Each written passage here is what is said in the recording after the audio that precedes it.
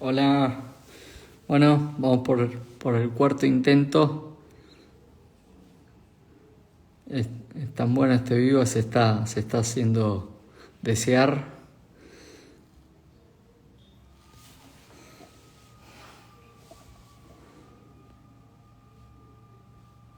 Vamos a esperar que se conecte el doctor Warner.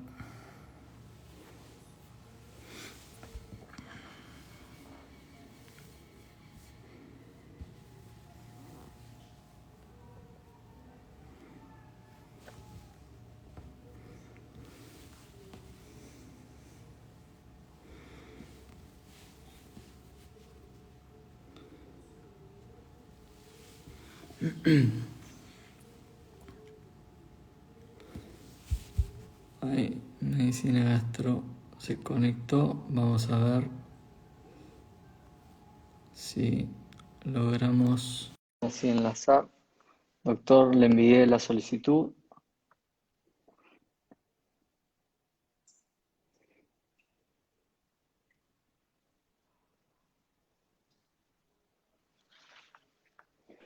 Vale, Doctor Warner, creo que por fin.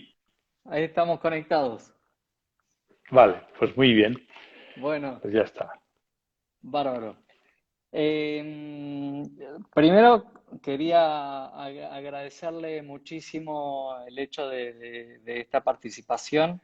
Para mí es un verdadero honor y si me permite unos segundos me voy a encargar de presentarlo. El doctor Excelente. Francisco Warner está licenciado en Medicina Interna y Gastroenterología y Hepatología en el Hospital Clínic de Barcelona y en la Clínica Universitaria de Navarra, con grandes profesores. Fue invitado como investigador en Michigan y en Londres en Beckenham. Se incorporó a Sí. la unidad de investigación del aparato digestivo en el Hospital Valdebrón, donde actualmente es consultor de gastroenterología en la unidad de investigación, es jefe del laboratorio experimental del mismo hospital, es miembro del comité científico del Instituto de Investigación en el Hospital Valdebrón, es miembro del Consejo de la Administración y la Sociedad Científica Internacional de Probióticos y Prebióticos, miembro del Comité del Directorio y Consejo Internacional de la Microbiota Humana y participó en más de 300 publicaciones de revistas. Y a pesar de toda esta currícula es dueño de una humildad enorme. Así que para mí es un verdadero honor, doctor, este vivo, ¿sí? Agradezco mucho la invitación y agradezco mucho esta presentación tan especial. La verdad es que, mira, a los médicos nos gusta trabajar, a ti también, y en el fondo hemos disfrutado mucho. Y claro, la microbiota apareció por... Yo entré en la microbiota por la enfermedad inflamatoria intestinal, que era el gran problema en los años 90 en España, en mi hospital, en Vallebrón. Y eso fue lo que motivó a ir a buscar, buscar, buscar. En fin. Somos apasionados y la verdad que Sí, sí. uno escucha cuando usted habla del tema y se nota la pasión con la que trabaja en esto, ¿no? Obviamente. Bueno, para empezar, la verdad que ya estuvimos viendo algunas preguntas. Disculpen si la gente pregunta y no lo estamos contestando. Ya armamos un temario, más que nada para que quede armado y la gente pueda después seguir viéndolo. Así el doctor puede explayarse y si vemos que surge alguna pregunta que no fue contestada al final, trataremos de contestarla. Doctor, de manera genérica, me gustaría que me cuente un poco de qué se trata la microbiota. Bueno, la microbiota es una comunidad de microorganismos que vive con nosotros. Me he estudiado sobre todo la microbiota intestinal, que vive en nuestro tracto intestinal, también vive en la superficie, en la piel. Tenemos diversas microbiotas. Y lo que tienen las comunidades bacterianas es que llevan 3.500 millones de años en la Tierra. La célula con núcleo lleva solamente unos 1.000 millones de años. O sea, entró 2.500 millones más tarde. Y no le digo yo a los seres humanos que tenemos menos de 100.000 años, pero los primeros animales así complejos son de hace 500 millones de años. O sea que lo que tienen es que ellas tienen, el mundo microbiano tiene una capacidad perfecta para adaptarse a las condiciones de la Tierra y es su Tierra. Y es el nexo entre la química orgánica y la química inorgánica. Entre la calcita y la glucosa hay unas bacterias en medio. O sea, si no tuviéramos bacterias, comiendo piedras nos moriríamos, no tendríamos vegetales, en fin. Pero bueno, para ir más rápidos, concretamente en el ser humano es parte de nuestra capacidad digestiva. Cuando comemos un tomate, una cebolla, cuando comemos cualquier vegetal no procesado, o sea que incluso pues, los cereales menos procesados, la célula vegetal tiene una estructura muy fuerte y las amilasas no pueden entrar bien, las proteasas tampoco, o sea, el tubo digestivo delgado, o sea, el intestino delgado, hace relativamente poco para toda esta parte tan importante de nuestra alimentación, que son los vegetales. Y cuando llega al ciego, hay unas bacterias que tienen 500, 600 millones de genes, nosotros tenemos 25.000, el conjunto de nuestra microbiota tiene más de medio millón de genes y tiene todas las vías metabólicas para deshacer estas células, obtener los licopenos del tomate, obtener muchas cosas, polifenoles. O sea, no es un tema de fibras. A veces pensamos, no, la fibra, el colon es para la fibra. No, no, el colon es cuando comes un plátano, si no tienes colon, no vas a aprovechar lo que tiene el plátano. Efectivamente, una persona sin colon hoy en día la podemos alimentar muy bien porque hemos desarrollado toda la bioquímica, pero nuestra naturaleza incluye un sector de digestión que son unas bacterias que digieren, por decirlo así. Excelente. Y me gustaría que nos explique, yo ya lo he escuchado varias veces, por qué esta microbiota fue sufriendo cambios en lo largo de la historia.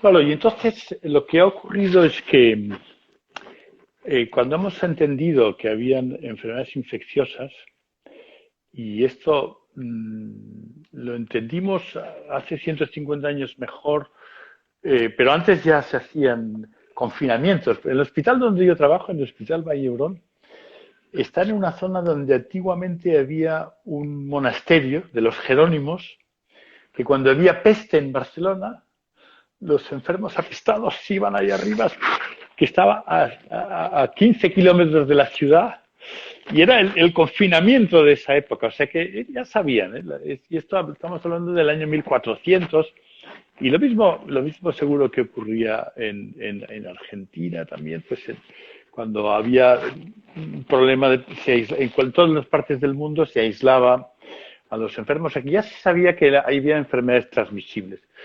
Pero claro, a finales del siglo XIX, 1880, se piensa que son estas bacterias y se ponen medios de esterilización, que han sido fantásticos, y descubren los antibióticos que han sido fantásticos.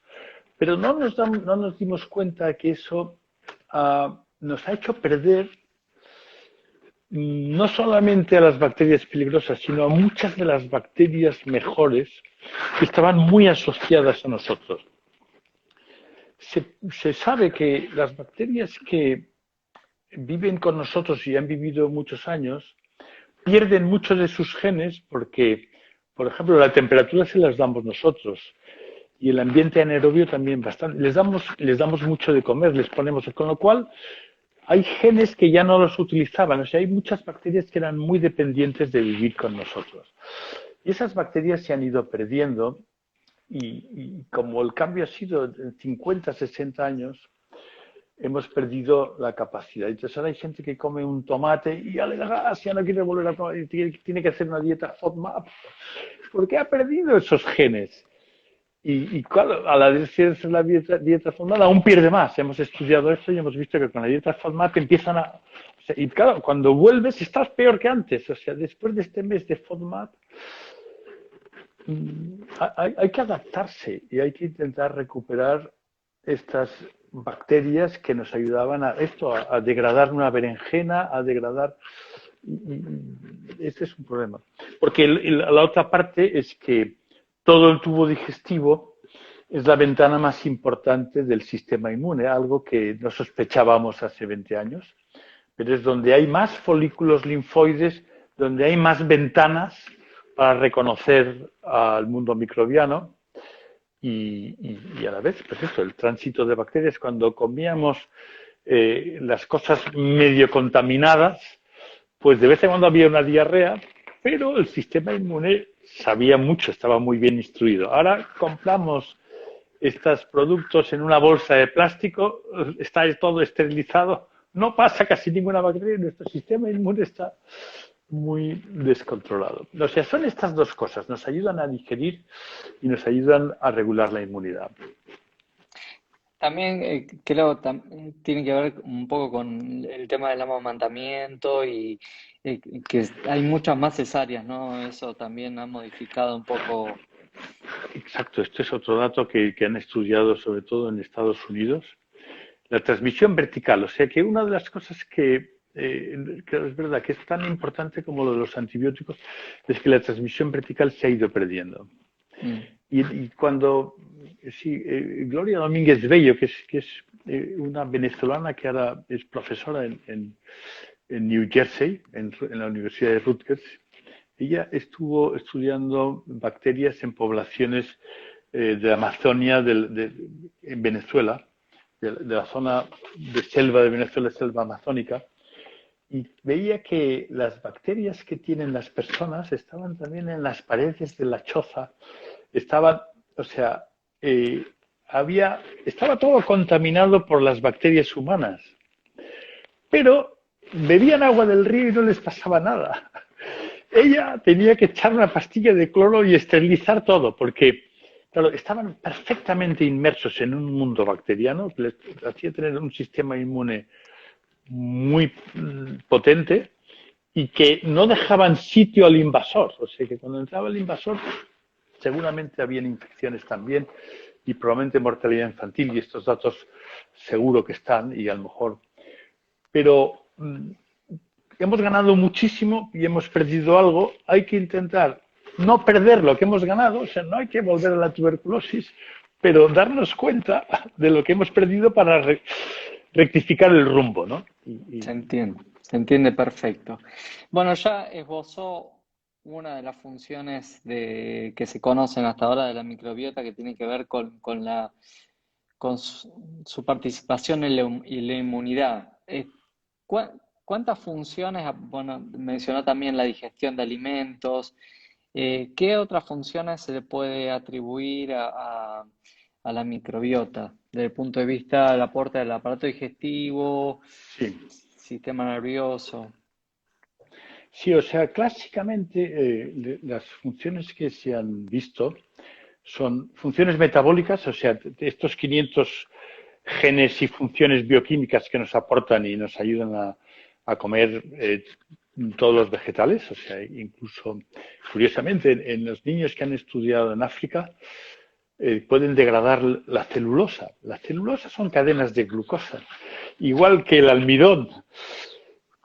Y hemos perdido nosotros esos genes, pero también han perdido nuestras bacterias esos genes, por lo que sea. En cambio, los niños que viven en Burkina Faso tienen bacterias que degradan la celulasa.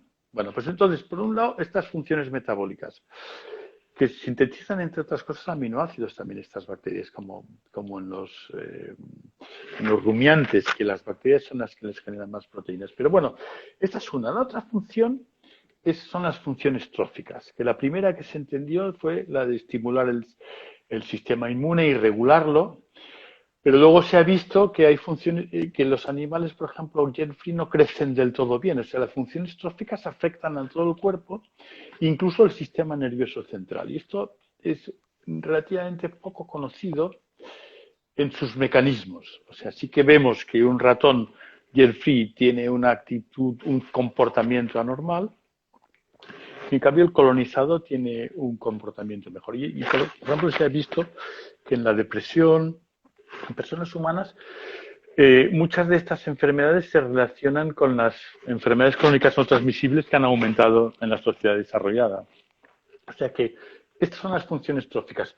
Y otra función es la función barrera, que es esto que les pasa a los de la Amazonia, que bebe, o un perro mismo, un perro bebe agua y sí, una vez en un año coge una infección y ya está, pero bebe agua mal, estropeada todos los días. Nosotros no podríamos beber agua todos los días porque, claro, ellos tienen una microbiota mucho más potente y es muy difícil, se necesita un inóculo muy grande de patógenos para que cojan la enfermedad. O sea que son las funciones tróficas, las funciones metabólicas y las funciones de defensa por barrera. Esto está relacionado, a ver, voy a ir un poquitito más allá, con ácido graso de cadena corta, que básicamente el más importante, entiendo, es el butirato, ¿no? Sí, sí, sí, eso es, efectivamente. Eso es un tema también, a lo mejor por ahí está la clave. ¿Eh? Ahora hay muchos estudios porque en casi todas las enfermedades se ve pérdida de producción de butirato.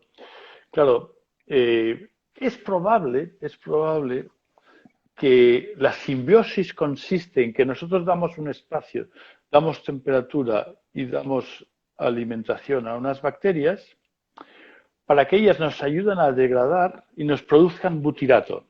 Porque la pared intestinal, cuando vive de butirato, consume el oxígeno y mantiene un ambiente anaerobio. Pero cuando no hay butirato, la pared intestinal necesita utilizar el oxígeno que viene de la sangre y entonces las bacterias que sobreviven son las resistentes al oxígeno y perdemos productoras de butirato y estas bacterias resistentes al oxígeno, como son las bacterias que tienen capacidad de infectarnos, que son las colis, las proteus, la Klebsiella, Streptococcus, estas bacterias generan una inflamación, aunque sea de bajo grado, aunque no sean patógenos.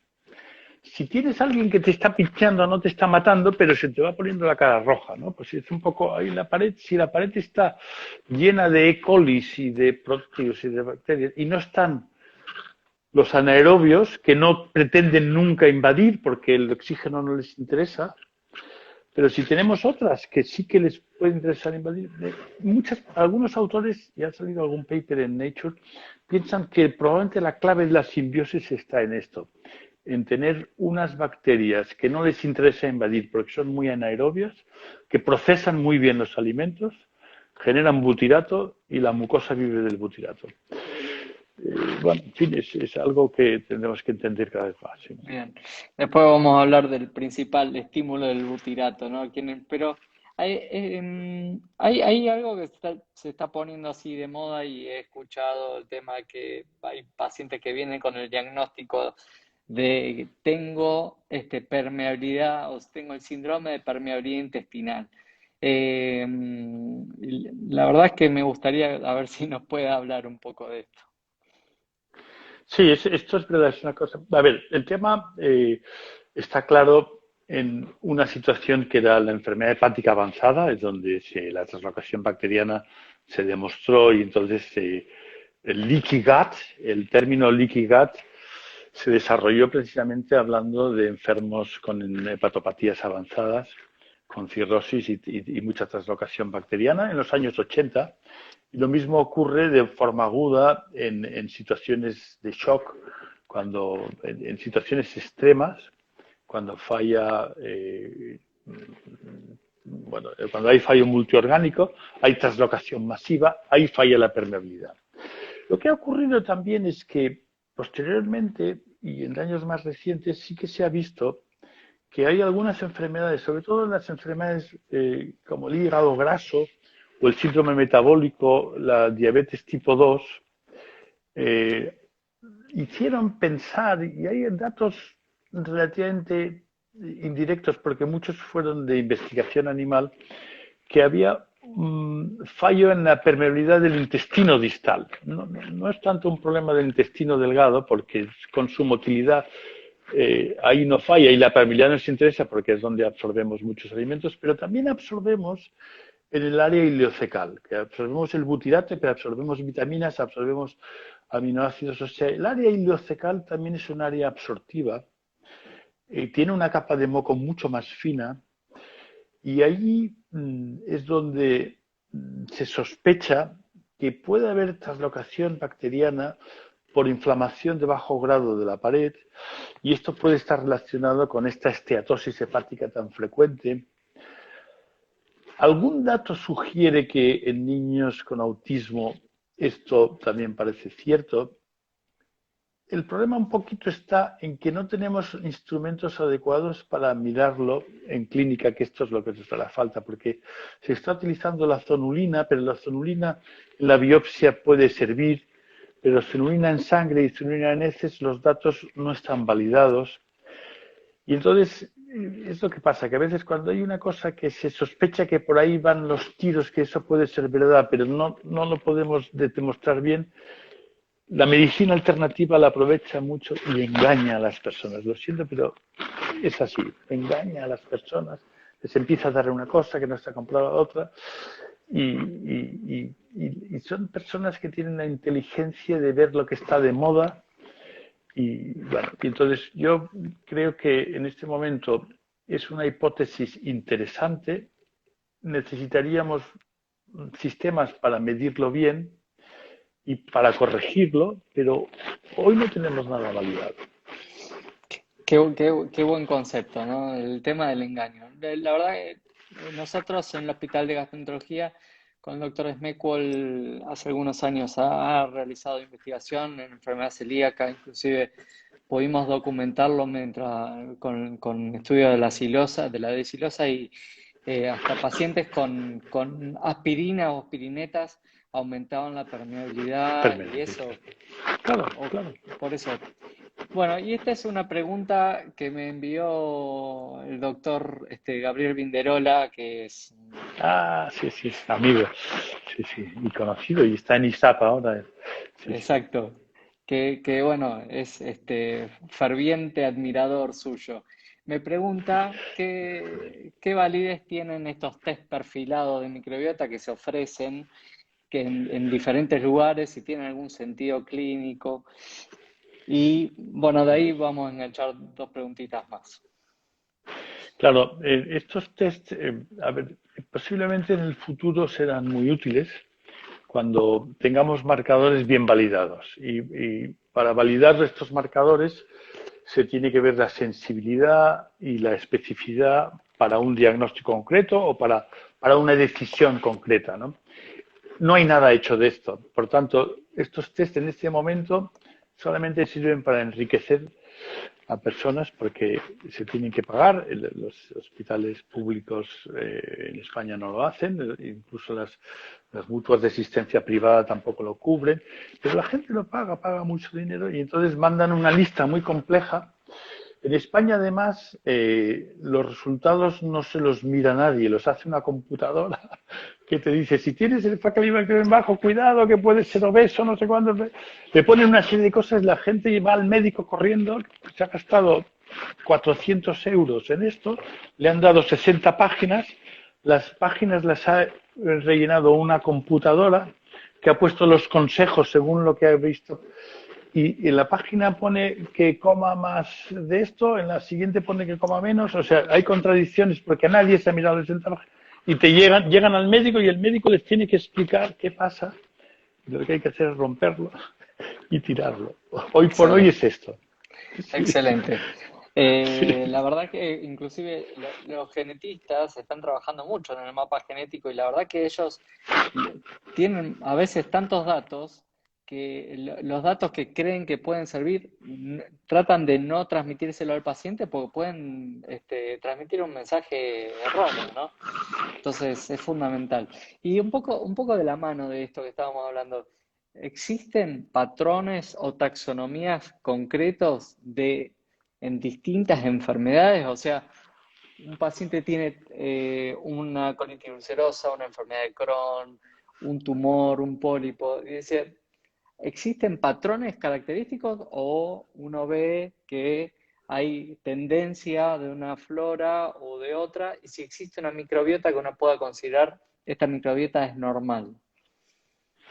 Bueno, pues entonces aquí hay dos temas. En el año 2009-2010, cuando empezó los proyectos del microbioma humano en Estados Unidos y el proyecto MetaHit en Europa, y se montó una cosa que se llama el International Human Microbiome Consortium, sí que se pensó que iba a ser una fuente de instrumentos diagnósticos y íbamos a encontrar perfiles que claramente demostrarían una enfermedad. Y esto luego no se ha cumplido. Y por dos razones. Primero, por la gran variedad geográfica de la microbiota. Hay un estudio muy interesante, creo es un Nature, en que estudian 7.000 personas de una zona de China, una provincia que tiene varios distintos. Es una provincia con 100 millones de habitantes. Me parece que es la provincia de Cantón, en el sur de China. Hay unos 100 millones de habitantes, pero cogen 7.000 y ven que el factor que más discrimina entre la microbiota no es ni la diabetes, no es ni siquiera lo que comen, sino dónde viven, en qué distrito están, que a lo mejor tiene que ver con lo que han heredado de sus padres. Hay que pensar que China ha pasado de la Edad Media a la Edad Moderna en 20 años, o sea que en el año 2000 estaban en la Edad Media. Y bueno, es muy curioso que ahí han visto que lo que más discrimina con diferencia, o sea, viendo la microbiota, no pueden adivinar si tienes diabetes o eres obeso, pero pueden adivinar que eres de esta zona o que eres del otro distrito, ¿no? Y esto quiere decir que hay mucha redundancia y que una bacteria que en un sitio tiene un nombre hace a lo mejor la misma función que en otro sitio tiene otro nombre. Eso, por un lado, es el tema de la excesiva variedad y por otro lado, que prácticamente en todas las enfermedades se ven unos defectos que son comunes, que es pérdida de diversidad y pérdida de producción de butirato. Y esto se ve en Crohn, en colitis ulcerosa, en algunos intestinos irritables, en autismo, en algunas formas de depresión, en personas sin depresión pero con mala calidad de vida. Hay un estudio hecho con los flamencos, pero los flamencos de Bélgica, que si no me equivoco, son 11.000 muestras también y han pasado cuestionarios de calidad de vida y han relacionado baja calidad de vida mental, no física, con baja concentración de productores de butirato. O sea que va saliendo lo mismo. Por lo tanto, da la impresión de que la disbiosis sí, es una cosa que no va a ayudarnos exactamente a discriminar entre cáncer de colon y colitis ulcerosa o colitis ulcerosa y Crohn. A lo mejor sí con los años salen marcadores más precisos y que son válidos en esta población, pero esto que hace 10 años se iba por ello y se hacían curvas ROC, cuando hacías la curva ROC en la población, en vez de hacerlo en París, lo hacían en Berlín, ya no salía. Entonces, vamos retrasados, sí. Perfecto, no, se entiende, se entiende bárbaro. Bueno, me gustaría saber si puede explicar un poco qué son los prebióticos. Bueno, y los prebióticos es algo, son, el concepto es un producto que nosotros no absorbemos y que por tanto llega al colon, porque el intestino delgado no lo absorbe, y lo podemos dirigir para hacer crecer grupos de bacterias que consideramos beneficiosos. O sea que es un modo de influir en la microbiota para abonar las bacterias que nos interesan. Y casi todo lo que se ha desarrollado hasta ahora han sido hidratos de carbono con enlaces que las amilasas y las sacaridasas que tenemos en el páncreas no lo pueden deshacer y por tanto lo deshacen bacterias que tienen esa capacidad de romperlos, de hidrolizar estos carbohidratos. Y entonces esto ha servido para que crezcan las bifidobacterias, pero da la impresión de que es un área en la que tenemos mucho que trabajar, porque no hemos pasado de los fructooligosacáridos que sirven, tienen beneficios. ISAP tiene un consenso de hace 2 o 3 años, un artículo muy bueno en Nature Research, Eh, lo veo interesante, pero creo que no se han estudiado suficientemente. Y, y probablemente va a ser un instrumento casi tan útil como los probióticos.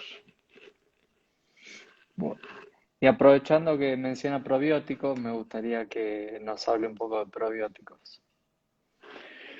Bueno, entonces, en los probióticos, eh, para mí una de las cosas importantes es entender que nuestro tubo digestivo tiene una mucosa que está esperando reconocer bacterias que pasen por ahí. Y creo que una función genérica de los probióticos es aumentar el número de bacterias que transitan por el tubo digestivo y que van impactando al sistema inmune, van dando señales que el sistema inmune le ayudan mucho.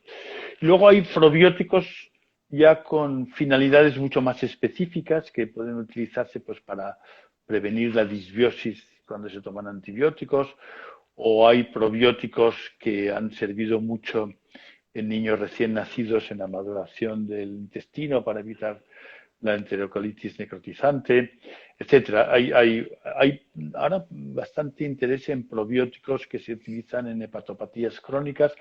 Por lo mismo, son donde se pierde la barrera intestinal y está claro que algunos probióticos en el área ileocecal refuerzan la barrera intestinal y evitan esta translocación bacteriana.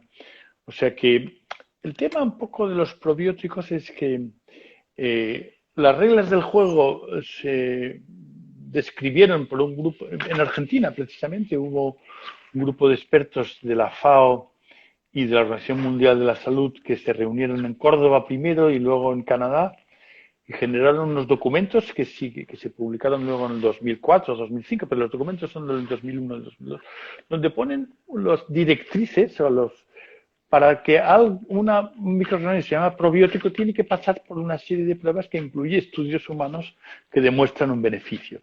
Y se cogieron criterios mucho del mundo de la farmacología. Y entonces estos criterios luego no se han utilizado. El mercado va más deprisa y entonces se ha dado por supuesto que todos los lactobacilos y todas las bifidobacterias, como no son patógenos y no van a hacer daño, ya son probióticos. Y no han pasado por lo que dijo la reunión de Argentina de Córdoba del año 2001. No ha hecho ninguna de estas pruebas. Simplemente se han asegurado de que es un lactobacilo, no va a hacer daño, pues ya es bueno. Y creo que esto ha estropeado mucho porque en el mercado hay a la venta muchos productos que cuestan un dinero y que, bueno, no está muy claro que tengan un beneficio. Bueno, tienen el beneficio de que pasa algo por el tubo digestivo, está bien, pero como un producto fermentado, que es efectivamente los productos fermentados tienen un beneficio, pero probablemente no tiene otros beneficios añadidos. Sí, es un tema complejo, ¿no? Porque aparte creo que el que investiga o se encarga de investigar determinado probiótico quiere convencerse que ese probiótico es el que sirve. La verdad que es algo que, como dice usted, no está del todo estudiado, es complejo Sí, saber. es complejo. Nosotros, particularmente en Argentina, no tenemos probióticos claros que puedan ser beneficiosos más que los que pueden ser lácteos, aunque estamos intentando ver de estudiar en determinada población, a ver si puede llegar a tener algún beneficio, sobre todo a nivel del sistema nervioso central, como había mencionado, el autismo, todo eso, pero Sí, son trabajos muy difíciles de realizar, ¿no? De concretar. de acuerdo. Y, y ya que mencionó los fermentados, me gustaría saber qué opinión les merece los fermentados y entre ellos el kefir. Bueno, pues yo creo que entra dentro de este. Yo lo veo como beneficioso. Creo que las personas que están comiendo habitualmente productos que tienen bacterias que han estado asociadas al ser humano desde hace milenios, esto le ayuda mucho al equilibrio del intestino y a la flora intestinal, aunque no haya un efecto claramente reconocible. También hace pocos meses ISAP ha publicado un consenso sobre estos beneficios y mucho está basado en estudios sobre el yogur, que no han sido estudios de Danone precisamente, sino han sido la mayoría de estos estudios aparecieron en cohortes de Estados Unidos. Hubo un estudio que fue muy famoso, publicado en England en el año 2011, para ver el aumento de peso en la población. Es el estudio de las enfermeras y de los profesionales de salud, que es un seguimiento, si no me equivoco, de 100.000 personas que se les van mandando 2 veces al año cuestionarios para ver, cuando acaban la carrera las enfermeras o médicos que quieren participar, les van mandando 2 veces al año cuestionarios y tienen que decir pues qué les ha pasado, qué comen, cuántas veces horas ven la televisión, qué medicamentos toman, qué enfermedades van saliendo. Y tienen un seguimiento desde el 86 más o menos, y en el 2011 eran 20 años de seguimiento para ver qué alimentos influían en la ganancia de peso. Y se veía que en 20 años todo el mundo gana peso, pero unos ganan mucho más que la media y otros están muy por debajo que la media. Y curiosamente la leche no daba señal, pero el yogur sí. Y quiere decir que el hecho de, no sé, a lo mejor había un efecto antiinflamatorio sobre la pared. No, es un dato, pero en nivel de calorías, el yogur tendría que tener lo mismo que la leche, ¿no? Y no, y entonces los frutos secos, los yogures, los encurtidos, o sea, lo que llamamos vegetales encurtidos, estaban en la parte buena. O sea que seguro que hay efectos beneficiosos, aunque concretamente con el kéfir yo conozco pocos estudios, o sea que alguien se haya puesto a estudiar y a lo mejor es difícil demostrar algo. Incluso pues con el yogur lo que lo ha demostrado son los estudios de observación, como esto que digo, el seguimiento de 20 años y, bueno, y con esos estudios también son como se detectó que el tabaco hacía daño. En un estudio de intervención con el tabaco no podrías. Le haces fumar a unos y a otros no. Y a ver si tienen un cáncer de pulmón dentro de un año, no detectarías nada. Entonces, el tabaco no hace nada. No, el estudio de intervención te ha fallado, pero cuando miras el estudio de observación de 20 años, fumadores no fumadores, y dices, ostras, ahí sí que ves. Bueno, pues con muchos de estos alimentos, en un estudio de intervención de 2 meses, a lo mejor no verías nada por el kefir. Pero no quiere decir que no sirva, o sea que ahí está. Ok, sí, obviamente es difícil porque no hay una trazabilidad que uno pueda medir con el kefir porque no tenemos la misma microbiota, ¿no? Inclusive, a ver, con respecto a un poco al butirato y a los ácidos grasos que parecerían tener algún efecto antiinflamatorio en el colon, creo que digamos, hay claros estudios que, por ejemplo, la obesidad o la ingesta o el tabaquismo, la ingesta de antiinflamatorios también desencadena, por ejemplo, diverticulitis en pacientes que tienen divertículos y puede eso estar relacionado quizá con un efecto beneficioso antiinflamatorio del butirato que puede estar disminuido quizá en este tipo de pacientes, ¿no? O sea, hay una clara relación entre la obesidad, por ejemplo, y la diverticulitis, la complicación diverticular o los tabaquistas, ¿no? Sí, sí, eso me parece que es un factor común en muchas enfermedades, que la reducción de la proporción de productores de butirato. Y esto también, fíjate, curiosamente, en algunos estudios que han hecho dando antibióticos, las proteobacterias, las proteobacterias, que son el E. coli, son estas enterobacterias, suelen ser bacterias que tienen un genoma más importante. Pueden tener 4.000 genes, 5.000 genes. Son bacterias que son oxígeno resistentes y son bacterias que adquieren con mucha facilidad resistencia a antibióticos. Entonces, cuando se dan antibióticos, estas bacterias normalmente no solo no desaparecen, sino que aumentan en su abundancia, porque en cambio las bacterias más débiles, como el Fecalibacterium prausnitzii, o como la Roseburia, muchos de estos productores de butirato, el Hadrus, el Listeria, son bacterias que tienen 1.500 genes, 2.000 genes, son muy anaerobias, dependen mucho de nosotros, son muy dependientes. Llega un antibiótico y a lo mejor desaparecen, se estropean mucho y cuesta más recuperarla. Y curiosamente son las bacterias que más nos interesan. O sea que en estudios con antibióticos se ha visto que generamos un aumento de las bacterias que nos interesan menos y perdemos las bacterias que nos interesarían más como efecto secundario.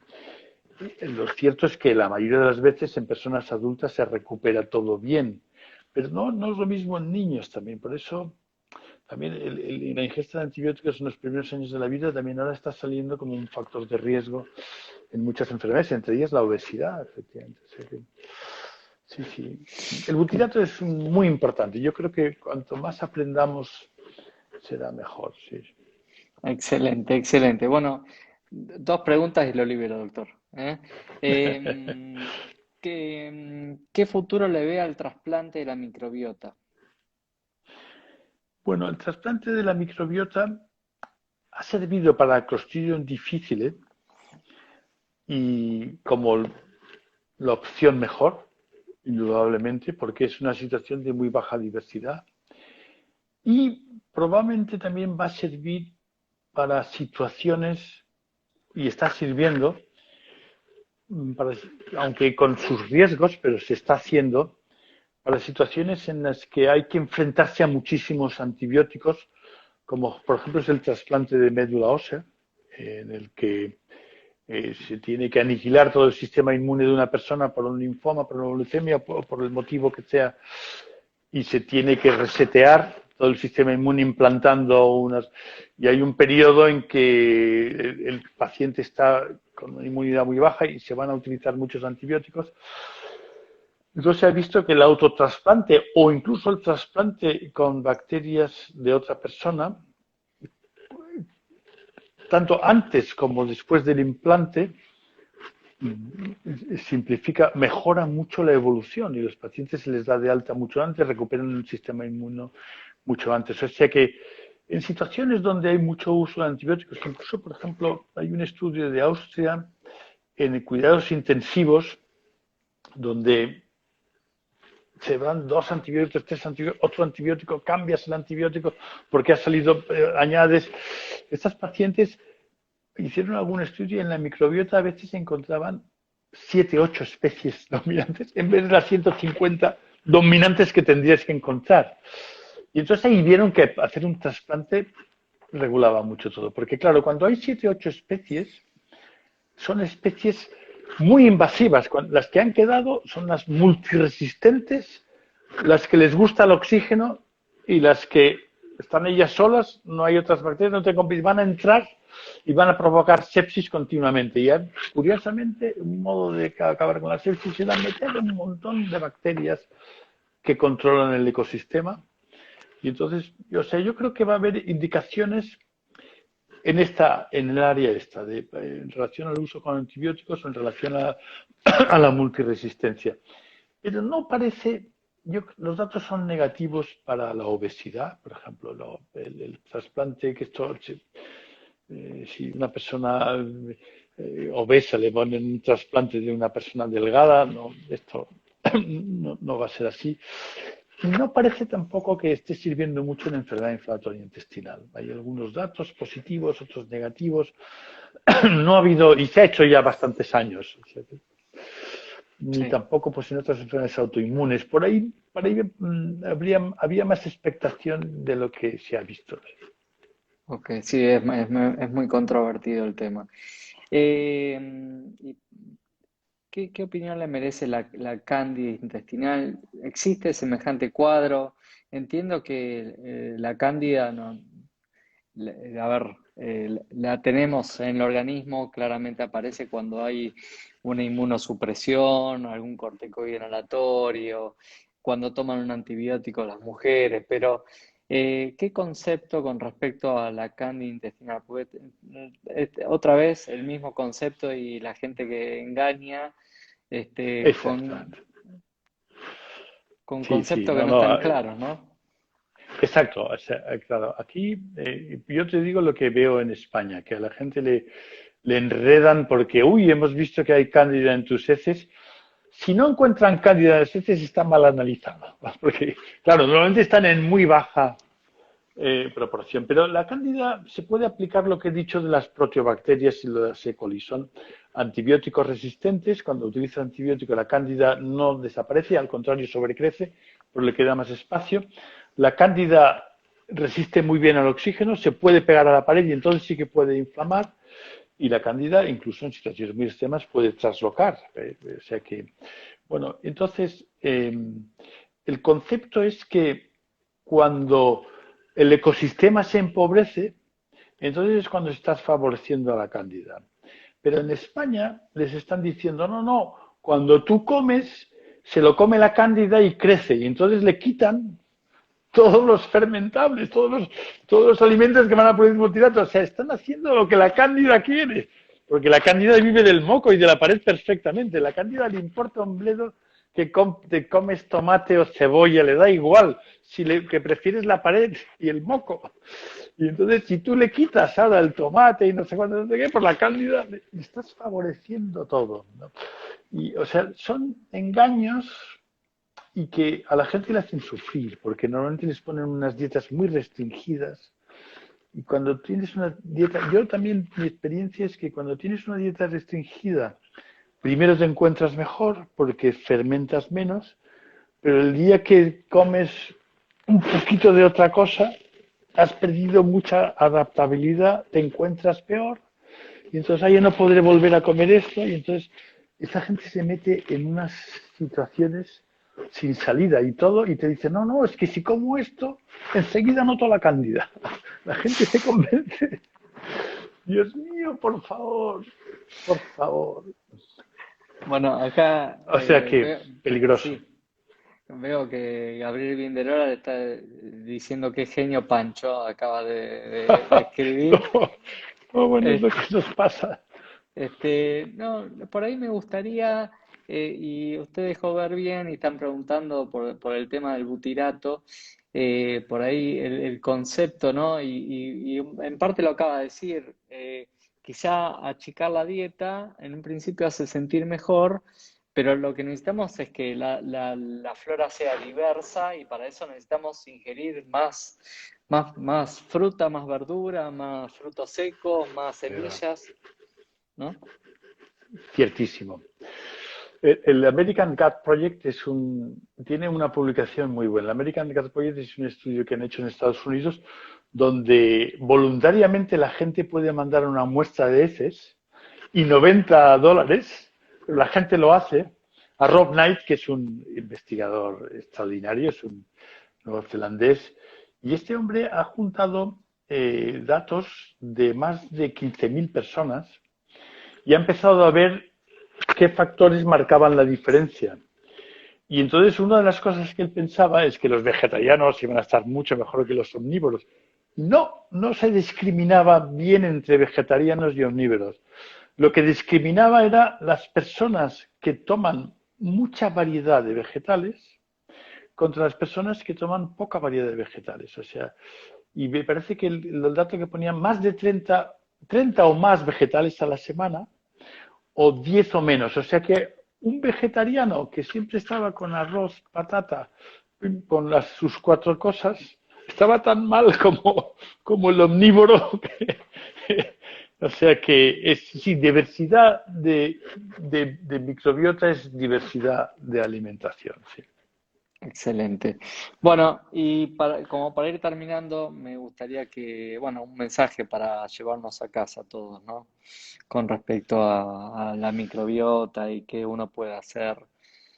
Bueno, ahí está, que en los médicos nos hemos enfrentado en los últimos 20 años a problemas que no podíamos resolver. La úlcera, ahora, si nos viene alguien con una úlcera duodenal, estamos felices porque se lo vamos a curar, le vamos a erradicar el Helicobacter y este señor nos lo va a agradecer toda la vida. Pero ya no tenemos estos pacientes, ya nos vienen a veces con trastornos funcionales que son difíciles de resolver. Ahí creo que la microbiota va a jugar un papel, o con enfermedades inflamatorias, o con esteatosis hepática, que va creciendo. O sea, estamos enfrentándonos a un tipo de patologías donde probablemente la microbiota juega un papel y vamos a tener que ser expertos en microbiota. Es verdad que en este momento todavía no tenemos protocolos claros, pero bueno, sí, las ideas han salido aquí. O sea, más vale no restringir la dieta a las personas, sino intentar que se acostumbren y se adapten a dietas complejas, aunque tengan algo de síntomas. Vale la pena pagar algo de síntomas y dentro de un mes estarán mejor. O sea, yo creo que uno de los grandes pecados, no sé si pasa lo mismo en Argentina, pero aquí si alguien que tiene molestias va a algunas dietistas o algunos dietistas o nutricionistas concretos, por sistema le dicen lácteos fuera y gluten fuera. Esto es lo primero que aconsejan, pase lo que pase. Y claro, los lácteos son una fuente importante del calcio y esto no lo hemos hablado, pero para que la fermentación vaya bien tiene que haber calcio. Hay estudios, sobre todo que cuando hay poco calcio, esta fermentación es mucho más molesta. Se forma más gas bueno, y sobre todo es más irritante para la pared intestinal. Y luego si quitas los cereales, pues quitas una fuente importante de fibras también. O sea que lácteos fuera y gluten fuera a mí me parece que es un mal consejo. Sí. En fin, nada más por mi parte, sí. Bueno, la verdad que no tengo más que palabras de agradecimiento, doctor. Sobre todo, bueno, lo accidentado al principio parecía dificultoso, pero bueno, Fue mi culpa, sí. disfruté. No, no, no, no, olvídese, no. Pero Lo disfruté soy así un... como hay mucha gente enganchada permanentemente escuchándolo de forma atenta, así que lo han disfrutado evidentemente. Y bueno, otra vez, muchísimas gracias por la participación. Muchísimas gracias, Fabio. Estoy encantado de que me hayas invitado. O sea que lo Bueno, planeamos hace un par de semanas y ha ido muy bien. Muy bien. bueno, nos estamos viendo. Ojalá que pronto nos estemos viendo Sí, presencialmente. sí. Esperemos que de acá a un año todo vuelva a la La normalidad. cosa mejore. Sí, Muy bien. así es.